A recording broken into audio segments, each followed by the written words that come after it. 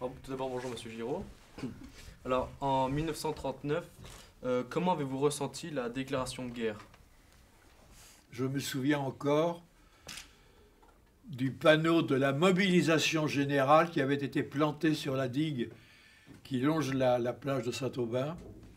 Et je me souviens que, avant de quitter en septembre 1939 la plage, et l'un des petits bateaux à voile que j'avais, je l'ai placé sur la plage en me disant que la fin de la guerre étant intervenue, elle interviendrait, je pourrais récupérer ma... Mais vous vous doutez bien que je n'ai rien récupéré, mais c'était une réaction d'enfant, évidemment, un peu inconscient des heures et des malheurs du conflit qui allait intervenir et qui a duré jusqu'en 1945. Avez-vous connu des résistants ou des filières résistantes et avez-vous, vous, participé à des actions résistantes? Eh bien, j'avais 13 ans. J'avais peur, mais bon, j'étais encore un enfant et je ne pouvais pas mener une action précise pour empêcher ce qui allait se produire. On voulait un peu empoisonner les Allemands, on ne savait pas comment faire. On avait un jour décidé d'aller crever les pneus des voitures allemandes qui stationnaient dans la journée pour les besoins de l'administration quotidienne. On n'a jamais été coincé et on cherchait à savoir comment on pourrait mieux être résistant. Mais à ce moment-là, étant donné nos âges et le fait que les adultes résistants ne se montraient pas et se cachaient pour ne pas être repérés d'une façon ou d'une autre, bon, le débarquement est venu. Vous étiez étudiant pendant les bombardements de Caen et vous deviez passer votre bac comme nous à la fin de l'année. Comment l'avez-vous vécu dans ces conditions? Alors évidemment, pour moi, c'était la fin d'une carrière d'écolier, ou presque. Je savais que je pouvais devenir étudiant, mais enfin, on était au moment de la guerre, et à ce moment-là, on ne savait pas trop ce qu'on allait devenir. Là, savoir si on va vivre libre, si on va pouvoir exercer le métier dont on rêve, rien n'est si peu certain. En juin 1944, je dois passer ma première partie de baccalauréat. Les copies des étudiants que nous étions ont été brûlées en même temps que l'université, qui a été détruite au mois de juillet 1944.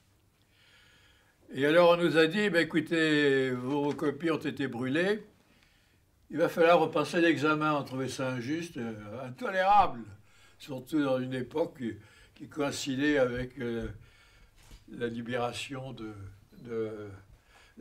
bientôt la chute de l'Allemagne nazie. Alors on a repassé l'examen, uniquement un écrit, et je me souviens que tout le monde a été reçu. Sans doute parce qu'on tenait compte des circonstances dans lesquelles nous avions connu notre adolescent, la fin de notre adolescence.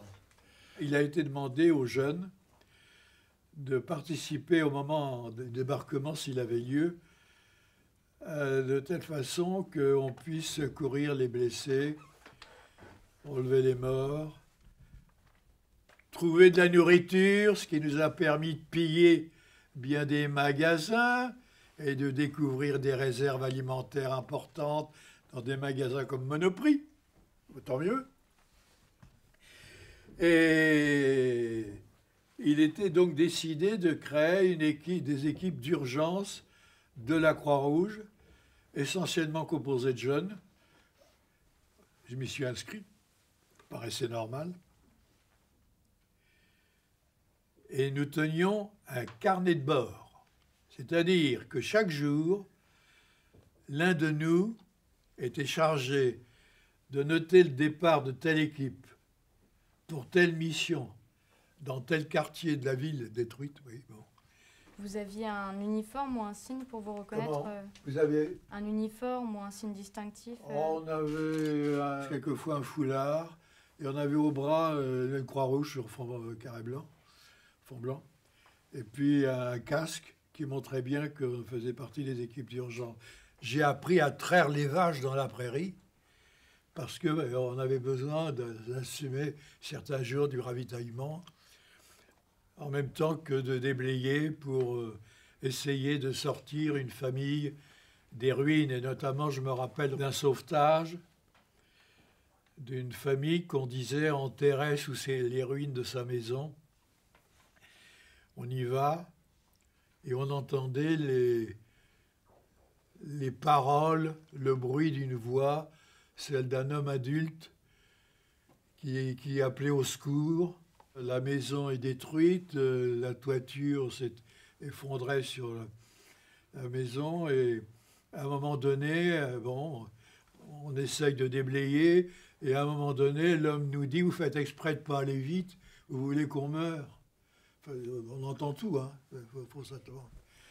Et on a retiré d'ailleurs le chef de famille et 2 de ses enfants. Le reste de sa famille était décédé sous les ruines.